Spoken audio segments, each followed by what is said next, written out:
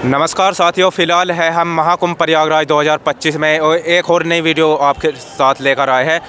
साथियों, बहुत साधु संत लोग हमें यहाँ पर मिले हैं, बहुत के हमने एक्सक्लूसिव इंटरव्यू आपको करके दिखाया है और कुछ छोटे बालक के भी, एक जैसा कि यहाँ पर अखाड़े के अंदर एक बालक था, उनका भी करके दिखाया था। तो दोस्तों, मैं आपको ये बताना चाहूँगा कि लोग जो है इस उम्र में, जैसे कि छोटी उम्र होती है तो उसमें जो है लोग पढ़ाई पर ध्यान देते हैं, कुछ लोग खेल कूद में ध्यान देते हैं, कुछ अपनी जॉब देखते हैं, फैमिली संभालते हैं, तो कुछ लोग जो है वहीं साधु का रूप धारण कर लेते हैं। आइए आज ऐसे ही एक हमारे पास साध्वी जी के हम पास आए हैं, तो आइए उनके जीवन के बारे में जानते हैं कि कैसे उन्होंने ये मार्ग चुना जिससे कि उन्हें इस वस्त्र को धारण करने का मौका मिला।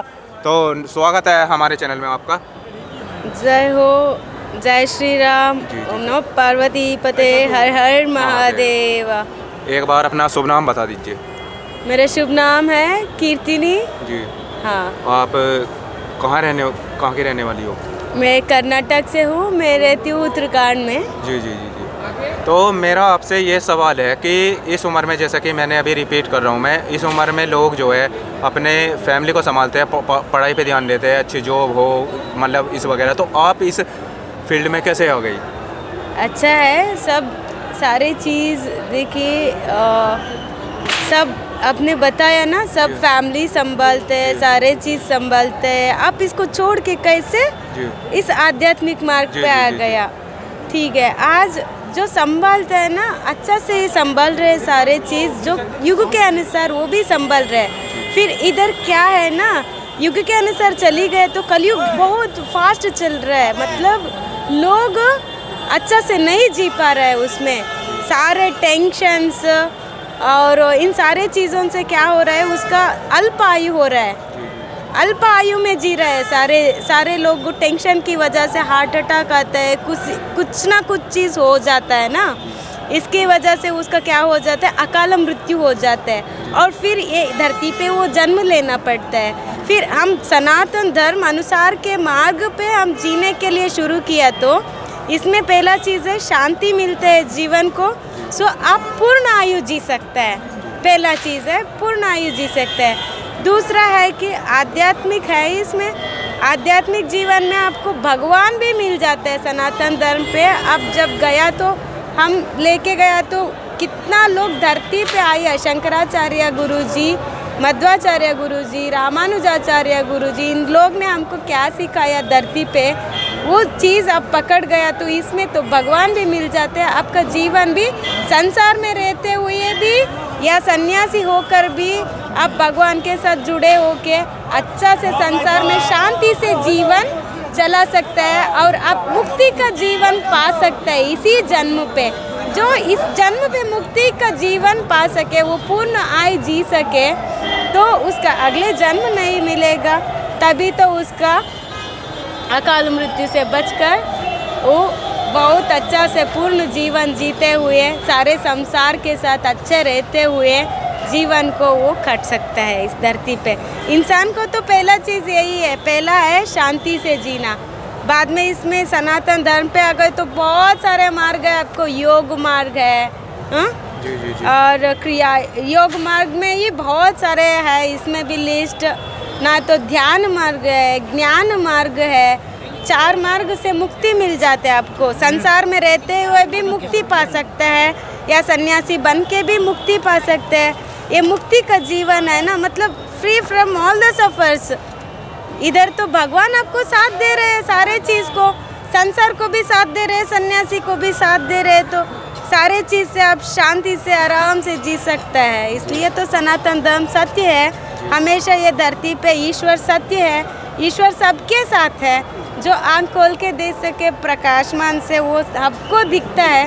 जो नहीं देख पाए तो वो उसका कर्म, वो कुछ प्रकाशमान ज्ञान मार्ग के लिए गुरु बना दीजिए, गुरु उसका मार्गदर्शन देगा, तभी तो सब मुक्ति पाकर free from all the suffers, मतलब जब आपके अंदर कोई दुख नहीं, बहुत अच्छा से जीवन अच्छा से जी सकते हैं ईश्वर के साथ। जी। यही तो आध्यात्मिक मार्ग का जीवन का बहुत इसलिए इच्छा करके मैं इसी मार्ग पे जीना चाहती हूँ, सनातन धर्म की मार्ग के। जो भी भगवान ने लिखा इस धरती पर सारे चीज़ सत्य है, मेरे को अनुभव पे आ गया। भगवान हमेशा साथ है। जी जी। जैसा कि आजकल के जो बालक है, जो युवा पीढ़ी है ज़्यादा, मैं देखता हूँ कि वे जो है ज़्यादा टेक्नोलॉजी से ज़्यादा अटैच होते जा रहे हैं और आध्यात्मिक जो है उसको भूलते जा रहे हैं। जैसे हमारा सनातन धर्म है, कुछ लोग जो जिनके पूर्वज जो है और जिनके माता पिता थोड़े भक्ति से जुड़े हुए हैं, तो उनमें तो थोड़ी अभी भी कुछ भक्ति बची हुई है। बाकी जो वैसे लोग हैं जो भक्ति का मार्ग नहीं अपनाते, तो उनको अगर भक्ति के मार्ग की तरफ अगर खींचना है, आध्यात्मिक की तरफ को, तो उनको लिए आपके पास क्या संदेश है उनको देने के लिए?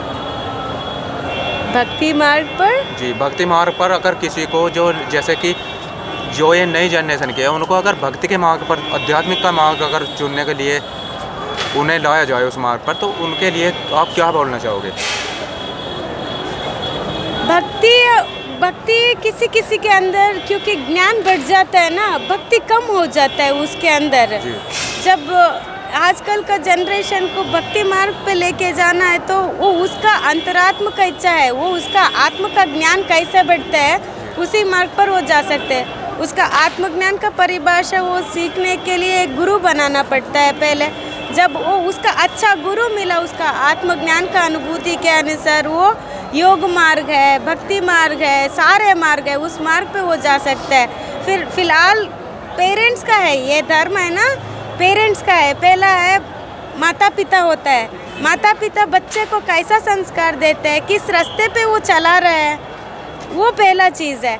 किस रास्ते पे वो चला देगा, बच्चे उसी रास्ते पे हाथ पकड़ के जाइएगा, है ना। माता पिता पहला भगवान होता है, बाद में स्कूल में गुरु भगवान होता है। गुरु ने क्या सिखाया, उस मार्ग पर वो बच्चा चलेगा। फिर इन सारे चीज़ों से दूर होकर भी रहने के लिए आज तो सोसाइटी पे बहुत सारे चीज़ है कि आश्रम भी बना रखा है, बहुत सारे चीज़ है। आजकल बच्चा ऐसा है, बहुत अच्छा से वेद में भी चल रहे हैं, सारे चीज़ में भी चलने वाला चल रहा है।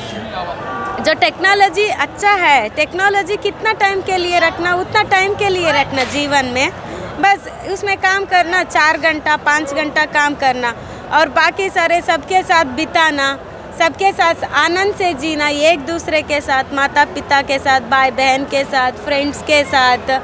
24/7 उसी में घिस गए तो फिर बाहर का दुनिया नहीं देख पाएगा, उसका भी जीवन जल्दी से जल्दी मर जाएगा किसी ना किसी रोग के कारण से। तो जैसा कि आपने साध्वी का रूप लिया हुआ है, तो आपकी बचपन से यही इच्छा थी कि आपको भक्ति करनी है और आध्यात्मिक का मार्ग ही चुनना है? ये देखिए ना, ये पिछले जन्म का जो कर्म के अनुसार, तो भाग्य भी कह सकती, इसको बड़ा भाग्य बोलती हूँ मैं। जो भी मेरा जीवन में अनुभव में आया, तो इस सारे चीज़ को देखा तो बड़ा भाग्य है। संन्यास है, किसको किस उम्र में लेना, उसी उम्र पे लेना। बचपन से कुछ भाव नहीं होता है, कुछ बचपन से जो है उसका जीवन चक्र है, वो चलते रहता है। बस इंसान का है ना, कितना उम्र के अंदर उसका कितना अनुभव का ज्ञान मिलता है ना, और अनुभव का ज्ञान के ऊपर उसका वैराग्य कैसा बढ़ता है संसार से। फिर सन्यासी बन के वो फिर उजाले के मार्ग पे सबके लिए कैसा चलता है, वो भगवान की कृपा से ही होता है, और हमारा तो कुछ नहीं है, जो भी है ईश्वर है। जैसा कि अभी पीछे न्यूज़ में एक खबर आई थी कि जूना अखाड़ा के अंदर जो है एक उसके माता पिता जूना अखाड़ा के अंदर लड़की को उसको दान करके गए थे, उसको साध्वी बनाने के लिए, और बाद में जो है जिन्होंने उसको दीक्षा दी थी उस जूना अखाड़े के अंदर, उनको जो है 7 साल के लिए निरस्त कर दिया गया, अखाड़े से बाहर कर दिया गया है। तो उस लड़की की इच्छा से वे यहाँ पर आई है या उसको कोई जोर ज़बरदस्ती है, तो इसके बारे में आपका क्या विचार है उसको? देखिए ना, इन विचारों में सच में कहना है तो मेरे को भी इतना ज्ञान नहीं है कि जूना अखाड़ा के अंदर क्या चल रहा है, क्या नहीं चल रहा है, क्योंकि मैं नया हूँ जूना अखाड़ा के लिए। मैं तो 1 साल हो गया सन्यासी बन के, अभी तक मैंने नहीं देखा क्या हो रहा है क्या नहीं हो रहा है इसके अंदर करके। बस जो आप कह रहे हैं ना, ये तो है ऐसा बात। इस अनुभव के ज्ञान से वैरागी बनकर सन्यासी बनना अलग है, 13 इयर्स के अंदर एक लड़की के अंदर कितना ज्ञान हो सकता है, उसी के अनुसार माता पिता क्यों उसको उधर भेजना चाहते हैं, उसी के अनुसार चलता है। उसका माता पिता का जो इच्छा होता है वो बच्चे का इच्छा होता है, उसी के अनुसार चलता है वो। तो साथियों, लगातार हम आपको अपडेट दे रहे हैं और इनसे आपको मिलवाया। इन्होंने जैसा कि बताया कि अगर आपके माता पिता के बाद फिर आपके गुरु जिस प्रकार से आपको ढालेंगे आप उस प्रकार से चलोगे। तो साथियों, मैं आपको बताना चाहूँगा कि ज़्यादा से ज़्यादा जो है पढ़ाई एक अलग फील्ड हो गया और आध्यात्मिक और भक्ति का मार्ग एक अलग हो गया। अगर आप जुड़े रहना चाहते हैं, अगर आपको भगवान से कुछ लगाव है, अटैचमेंट है, तो आप थोड़ी भक्ति भी किया करो, क्योंकि टेक्नोलॉजी आती जाती रहेगी। और साथियों, आपको मैं बताना चाहूँगा एक बात कि टेक्नोलॉजी का ज़माना है, वे आती जाती रहेगी। तो कुछ आप भक्ति भी किया करिए और कुछ जो यहाँ पर जैसे गीता है, श्री कृष्ण है, तो इनके जो है आप बुकें भी पढ़ सकते हैं आप। मतलब मेरा कहने का मतलब ये है कि आप थोड़ा भक्ति पर भी ध्यान दीजिए और मिलते रहेंगे हम आपको ऐसी। श्रेष्ठ मार्ग है भक्ति मार्ग है जी, सबसे श्रेष्ठ मार्ग भक्ति मार्ग और योग मार्ग है। जी। इस काल के अनुसार मैंने जितना अनुभव में देखा, भक्ति और योग मार्ग से आप बहुत सुंदर जीवन का निर्माण कर सकते हैं। चिदानंद स्वरूप शिवोहम शिवोहम कहते हैं ना, ऐसे आप हमेशा रह सकते हैं। भक्ति और योग मार्ग से ही ये हो सकता है, इसके अलावा मुक्ति मार्ग नहीं मिलेगा। ये तो मेरे अनुभव के लिए मैंने देखा। भक्ति में शक्ति है, जी। मुक्ति है, सारे चीज़ है। बहुत बहुत धन्यवाद। ईश्वर का प्रार्थना करते रहना चाहिए। बहुत बहुत धन्यवाद। हर हर महादेव, जय श्री राम।